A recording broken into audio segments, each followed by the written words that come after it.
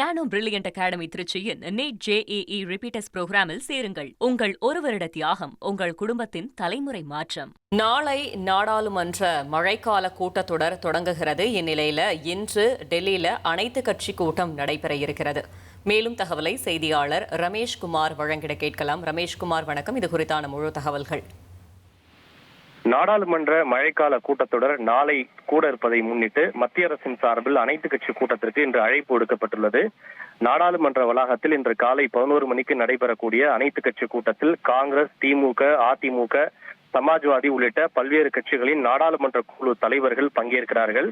மத்திய அரசின் சார்பில் பாதுகாப்புத்துறை அமைச்சர் ராஜ்நாத் சிங், மாநிலங்களவை முன்னவர் JP நட்டா, நாடாளுமன்ற விவகாரத்துறை அமைச்சர் கிரண் ரிஜிஜு உள்ளிட்ட பலரும் பங்கேற்கிறார்கள். இந்த அனைத்து கட்சி கூட்டத்தில் எதிர்வரும் நாடாளுமன்ற மழைக்கால கூட்டத்தொடரில் மத்திய அரசு கொண்டு வர உத்தேசிக்கப்பட்டுள்ள மசோதாக்கள் குறித்து அனைத்து கட்சிகளுக்கும் எடுத்துரைக்கப்படும்.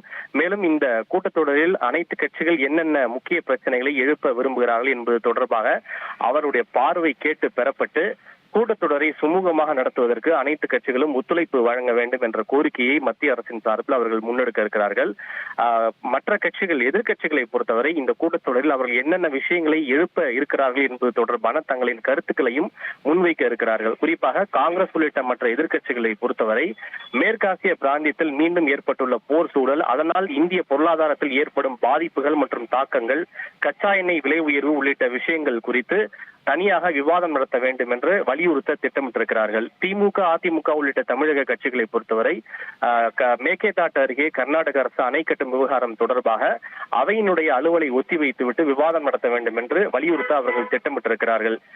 குறிப்பாக எதிர்வரும் கூட்டத்தொடரை பொறுத்தவரை காங்கிரஸ் தலைமையிலான இந்தியா கூட்டணி கட்சிகள் விலைவாசி உயர்வு, வேலையில்லா திண்டாட்டம், கச்சா எண்ணெயினுடைய விலை உயர்வு, நீட் வினாத்தாள் முறைகேடு, பெட்ரோலில் 20% எத்தனால் கலப்பதில் ஏற்பட்டு இருப்பதாக கூறப்படும் அந்த முறைகேடு, அயோத்தியா ராமர் கோவில் நன்கொடை திருட்டு உள்ளிட்ட பல்வேறு முக்கிய விவகாரங்களை எழுப்புவதற்கும் அவர்கள் திட்டமிட்டிருக்கிறார்கள். இது தவிர நேற்றைக்கு கல்வியாளரும் சமூக ஆர்வலருமான சோனம் வாங்சக் அவர்கள் கைது செய்யப்பட்டு வலுக்கட்டாயமாக அப்புறப்படுத்தப்பட்டிருப்பது உள்ளிட்ட பல்வேறு விவகாரங்களையும் எழுப்புவதற்கு அவர்கள் திட்டமிட்டிருக்கிறார்கள். தகவல்களுக்கு நன்றி ரமேஷ்குமார். நானோ பிரில்லியன்ட் அகாடமி திருச்சியின் நீட் JEE ரிப்பீட்டர்ஸ் புரோகிராமில் சேருங்கள். உங்கள் ஒரு வருட தியாகம் உங்கள் குடும்பத்தின் தலைமுறை மாற்றம்.